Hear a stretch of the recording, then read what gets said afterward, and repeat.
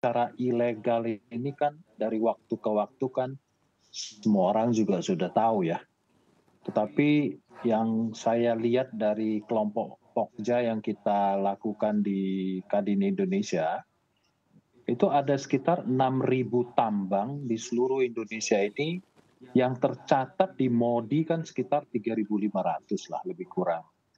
Kemudian ada yang izin dibekukan dan lain sebagainya itu ada sekitar 2.000. Nah, kondisi daripada pemerintah ini sekarang yang disebut PTSP ataupun inspektornya cuma 1.000 orang. Bagaimana kita bisa mengontrol dengan adanya hal tersebut? Satu. Kedua, kalau yang namanya ilegal perlu ditegaskan bahwa posisi ilegal itu apakah yang menambang kiri kanan yang berdekatan dengan IUP dan mereka melakukan penambang kecil, apakah itu boleh dikatakan sebagai bagian daripada UMKM? Jadi jangan dibilang sebagai ilegal. Sebab kalau dinamain ilegal artinya kan pasti di sananya ada Pemda yang ikut campur, ya kan? Kemudian lembaga-lembaga tertentu kan ikut campur di sana. Dikala memang boleh, harusnya yang disebut ilegal di dalam hal ini adalah dijadikan UMKM yang terbina oleh si perusahaan tersebut atau kepada siapa yang mereka bernaung yang berdekatan. Jangan dianggapnya sebagai ilegal terus. Kalau dinamai ilegal terus artinya kan tidak terbentuk dari sebuah sisi bahwa tambang itu sebagian yang sudah dicabut pun Oke. mereka melakukan ilegal nanti. Oke, baik baik baik. Saya Itu akan, dari view of kalau dari Pak bisnisnya Wahyu ya. sendiri seperti apa, Pak, tadi tanggapannya, apalagi tadi juga sudah disampaikan juga oleh Pak Awe begitu tadi, point of view-nya dari Pak Awe sendiri, tadi sudah disampaikan, tanggapan Anda, Pak Wahyu? Ya, terkait dengan tambang ilegal itu sebenarnya permasalahan klasik ya yang sudah sejak era Soeharto, kemudian muncul kembali pasca reformasi dengan seiring perkembangan undang-undang pertambangan ya. Dulu 4 2009, kemudian sekarang lahir 3 2020, lalu muncul lagi istilah tambang ilegal.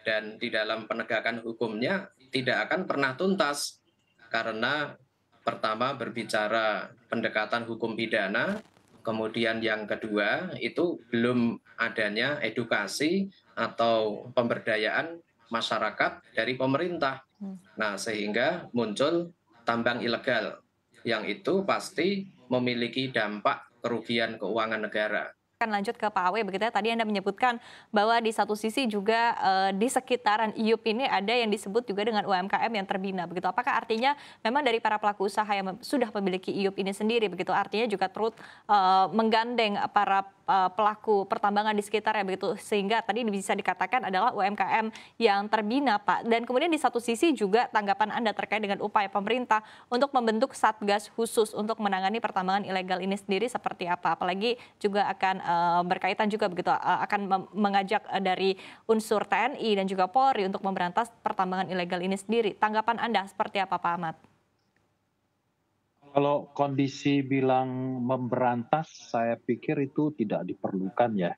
Karena yang lebih dikukuhkan adalah bagaimana kita menjalankan yang disebut izin pertambangan kerakyatan dulu. Apakah itu benar-benar mau dijadikan bagian daripada penertiban untuk bisa dimasukkan ke dalam lembaga yang terbina ataupun ke perseroan yang terbina. Di dalam binaan itulah yang menjadi bagian daripada pekerjaan-pekerjaan di lapangan itu bisa menjadi satu. Karena kondisi saat ini kalau semua dianggap ilegal, saat ini dimanapun di sekitar perseroan yang melakukan tambang, mereka juga melakukan kegiatan-kegiatan yang selama ini kalau memang dianggap ilegal, pasti ada yang backup kan. Dan kita juga lihat bahwa banyak sekali izin yang dicabut sejak setahun 2 tahun yang lalu ini kan belum ada pembaharuan yang baru. Sehingga kita juga tidak tahu bahwa di area-area tersebut itu apakah menjadi bagian daripada tambang yang dicabut atau memang yang punya kerakyatan. Nah ini yang agak sedikit rancu dan agak sedikit miskomunikasi antara si penambang yang sungguh-sungguh sama rakyat yang sungguh-sungguh. Nah di tengah ini perlu ada Satgas yang menegaskan bahwa apakah ini bagian daripada pembinaan yang bisa dimasukkan ke dalam kelompok usaha. Jangan lagi kita mengatakan bahwa tambang-tambang ilegal di Indonesia. Karena saat ini semua penambang yang resmi, izinnya yang bagus, izin yang dicabut, yang diperbaharui, ataupun yang masih dalam pembaharuan, itu semua sudah bisa dimonitorkan lewat MODI di SDM. Ya, kondisi SDM ini kan sudah tertata dengan baik. Nah, sekarang kalau pemerintah sudah menata dengan baik, mari kita sama-sama antara lembaga pemerintah, perseroan sebagai pengusaha, dan yang disebut kerakyatan ini jadikan satu. Ya. Jadi tidak ada lagi yang disebut ilegal. Oke. Itu yang kita mau pastikan kepada pemerintah, bahwa jangan selalu bilang ilegal, karena ilegal Ya. itu nggak akan selesai dari Ya. waktu ke waktu. Oke. Oke, baik. Tadi seperti apa pembinaannya dan juga seperti apa tadi ya konsistensinya untuk izin pertambangan kerakyatan ini sendiri bisa menjadi kunci bagi Anda ya Pak Awe ya. Kemudian dari Pak Wahyu, tanggapan Anda terkait Ya. dengan hal ini seperti apa? Jadi tanggapan saya, kita selalu normatif dulu ya, karena berangkat dari orang hukum, baik berdasarkan Undang-Undang 4 2009 maupun perubahannya 3 2020, itu ada klasterisasi antara izin usaha pertambangan, kemudian izin usaha pertambangan khusus, lalu yang ketiga itu ada izin pertambangan rakyat.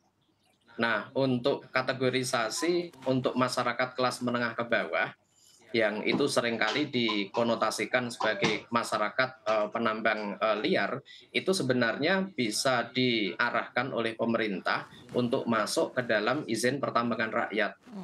Nah, itu sehingga fungsi pembinaan itu mestinya berjalan, bukan selama ini hanya menggunakan instrumen penegakan hukum, Ya. apalagi penegakan hukum pidana, Mbak. Ya. Bayangkan di undang-undang kita, baik yang lama maupun yang baru, itu baik untuk kelas pengusaha menengah ke atas maupun menengah ke bawah itu dipukul rata. Begitu tambang liar itu pasti kena penegakan hukum pidana. Padahal bukan hanya masalah hukum, tetapi masalah ekonomi, masalah budaya, masalah sosial, dan edukasi. Nah, sehingga fungsi pembinaan itulah yang mestinya harus ditekankan daripada menggunakan pendekatan hukum pidana.